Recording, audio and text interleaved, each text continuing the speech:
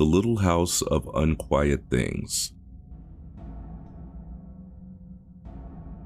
Clara didn't like the antique store, but her grandmother, Nana Rose, loved it. It was called the Curio, a store of dusty regrets and forgotten treasures. While Nana Rose sifted through chipped teacups, Clara, 10 years old, and already an arch skeptic, wandered. She found it tucked beneath a rickety shelf, a Victorian dollhouse. It was magnificent, a perfect miniature replica of a 3-story mansion, complete with tiny bay windows, a slate gray roof, and miniature windows walk. Unlike the plastic, brightly colored toys she knew, this one felt real. It was made of dark, heavy wood, its wallpaper faded silk, and its floors lined with real miniature parquet. "Oh, the Harrington house," the proprietor, a woman named Agnes, croaked, adjusting her spectacles. "A genuine piece, a little temperamental though." "Temperamental how?" Nana Rose asked. Agnes just smiled a thin, knowing smile and accepted the cash. Clara barely noticed the warning. She was already captivated. The dollhouse took pride of place on a small table in Clara's room. At first, it was just beautiful. She spent hours arranging the tiny, delicate furniture, the mahogany 4-poster bed, the velvet chaise lounge, the ridiculously small silver spoons in the dining room. But soon, the unquiet things began. It started subtly. Clara was meticulously lining up the tiny ceramic dolls. A stern-faced mother, a portly father, and 2 small smiling children on the drawing room carpet. She went downstairs for a snack, and when she returned 15 minutes later, the dolls were all facing the window of the dollhouse, as if intently watching the room. Clara scolded her younger brother, Tom, but he swore he hadn't touched it. She rearranged them, dismissing it as a trick of memory. The next day was worse. Clara was doing her homework when she heard a sound, a faint, high-pitched metallic tink. She looked over at the dollhouse. The miniature brass chandelier in the ballroom, the one she hung with great difficulty, was gently swinging, though the room was still. That night, she dreamt of the house.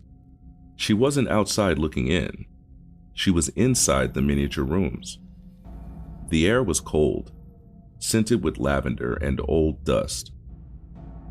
She felt impossibly small, panicked, and she could hear faint, echoing footsteps pacing the floorboards above her head. When she woke, she found that the smallest of the ceramic dolls, the little girl, was missing. Clara searched everywhere, under the table, in the dust ruffle, even inside her own pillowcase. The doll was gone. A week later, while playing, she accidentally bumped the table. The front door of the dollhouse, which she knew she had closed securely, swung open with a tiny, echoing creak. Lying on the polished parquet floor of the miniature hallway was the small girl doll. But she wasn't facing the door.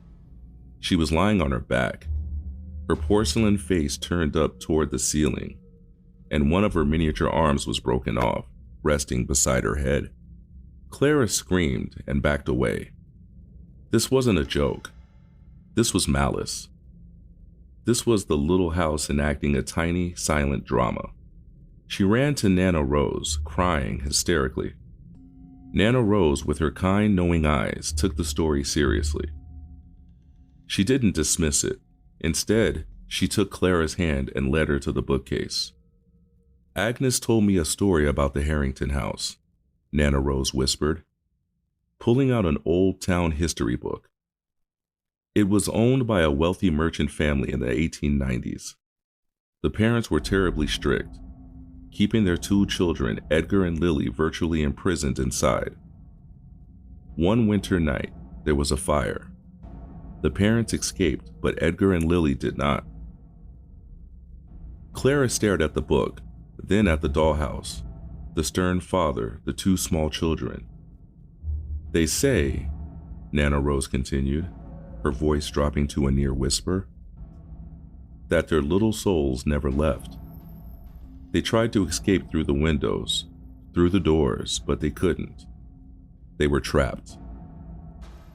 Clara looked at the broken doll, the ceramic Lily lying lifeless on the miniature floor. The next morning, Clara resolved to end the little tragedy. She took the dollhouse and placed it carefully on the lawn. She took the stern mother and father dolls and placed them in a shoebox.